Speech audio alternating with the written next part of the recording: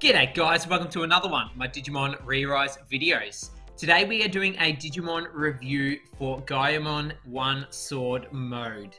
He should be dropping on Global really soon, and he's a really cool Digimon.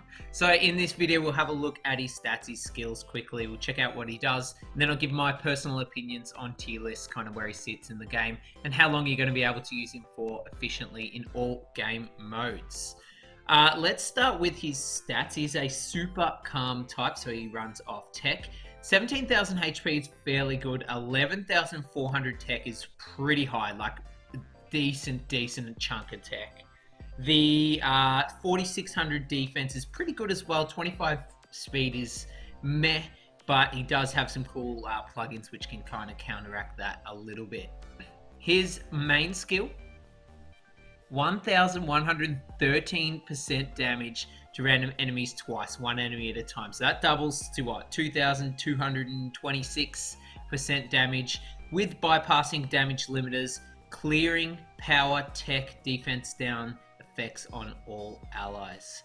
80% to all allies tech. This is the first Digimon on the global side with this effect.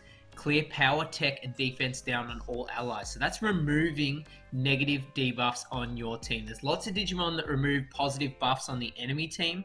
This guy is the first Digimon of his kind to remove negative debuffs from your team, which is really powerful, let me tell you. Like, think of Omegamon with his defense down. Think of like Gaiomon with power and tech reduction. Pop this main skill, you don't have to worry about that anymore. Really cool effect. His sub skill, 3 enemies, 770%, 7 turn debuff with the chance to seal, which is kind of cool. Seal's always been really powerful. His passive protects himself from all the immobilization statuses plus fade for 10 turns.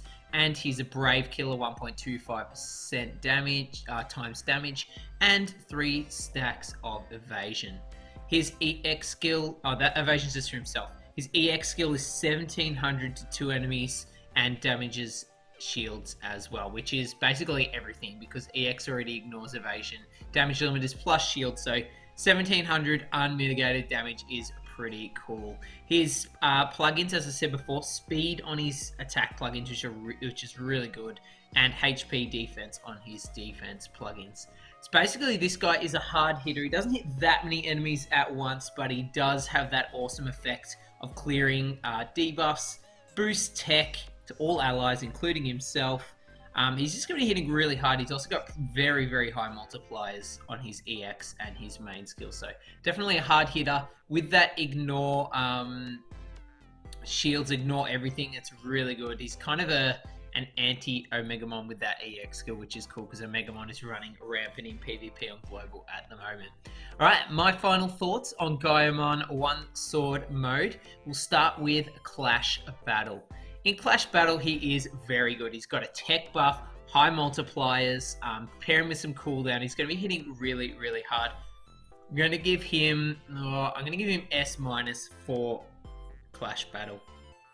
The Underworld Dungeon, he actually doesn't bring that much to the Underworld Dungeon. He does give himself status protection, which is okay. But other than that, he doesn't hit that many enemies at once. So I'm going to give him B+ for the Underworld Dungeon. PvP. Kind of polarizing because his skills are more geared toward taking out like a low amount of enemies at once. However, that remove debuff effect is really powerful. Plus, he takes care of Omegamon with this bypass damage limiters and his EX skill as well. So I'm going to give him, for now, I'm going to give him S- tier for PvP. While Omegamon is strong, this guy is going to be strong. I'll give you that. Finally, longevity.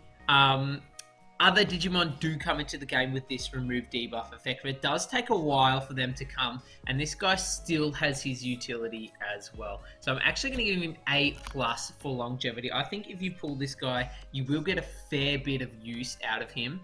He's going to always hit hard. That tech boost is always going to be good. He looks absolutely badass. So anyway, that's my personal opinions. I've never tested this guy out. I didn't pull him on the JP version, so it's just from what I've seen in game.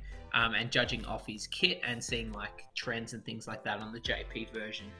Guys, that's it. Let me know down below. Are you going to be summoning for Gaiomon 1 sword mode, or are you going to pass and wait for something else? And what are your opinions on his design? I think it looks absolutely badass. Thanks for watching, guys, and I'll catch you in the next one. Bye!